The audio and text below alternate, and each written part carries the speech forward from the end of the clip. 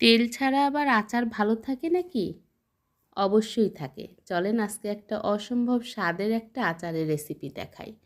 এটা শুধু স্বাদের জন্য না, এটা ভিটামিন সি সমৃদ্ধ আমলকির আচার।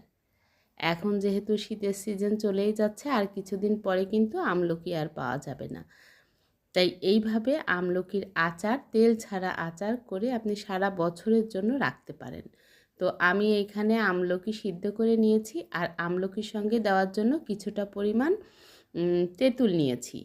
তো আমলকিগুলো বিচি ফেলে আমি এইভাবে হলুদের গুঁড়া, মরিচের গুঁড়া, লবণ আর আচারের জন্য এখানে তেজপাতা, শুকনা মরিচ আর চিনি প্রয়োজন মতো ব্যবহার করছি। এই আচারটা হবে হাতে মাখিয়ে আচার।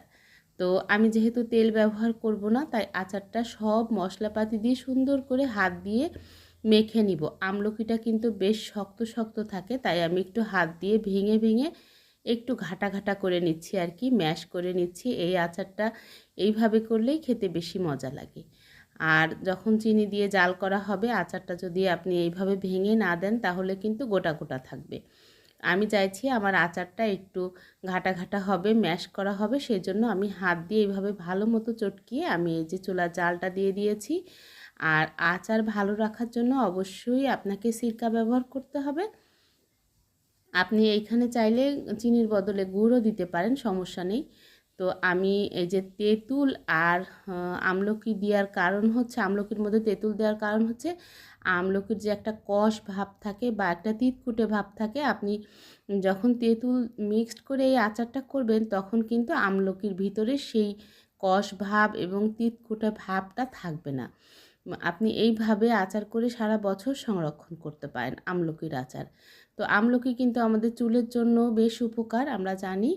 আর ভিটামিন সি তো রয়েছেই পর্যাপ্ত পরিমাণ আমলকির মধ্যে। তো আমি এখানে আচারটা নামানোর আগে কিছুটা বিট লবণ দিয়ে দিয়েছি, আর আচারের ভাজা মশলা যেটা, সেটা গুঁড়াটা দিয়েছি। তো এইভাবে নেড়ে একদম চিনির পানিটা শুকিয়ে নিলে আমার আচার কিন্তু রেডি হয়ে যাবে। প্রায় শেষের দিকে হয়ে এসেছে আমার আচারটা। এইভাবে সারা বছর বয়মে রেখে দিতে পারেন আপনি, ভালো থাকবে। তো এই যে দেখেন আমার আচারের ফাইনাল লুক। আচার তৈরি করা শেষ। খুবই ঝামেলা কম এবং তেল না থাকার কারণে স্বাস্থ্যসম্মতও বটে। তো এইভাবে কিন্তু আপনারা আমলকির আচার করে দেখতে পারেন একবার, তেল ছাড়া হাতে মাখানো আমলকির আচার।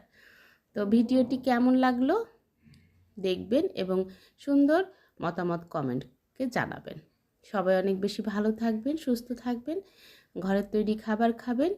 ঘরের তৈরি খাবার খেলে শরীর মন দুইটাই সুস্থ থাকবে। আল্লাহ হাফেজ, শুভরাত্রি সবাই।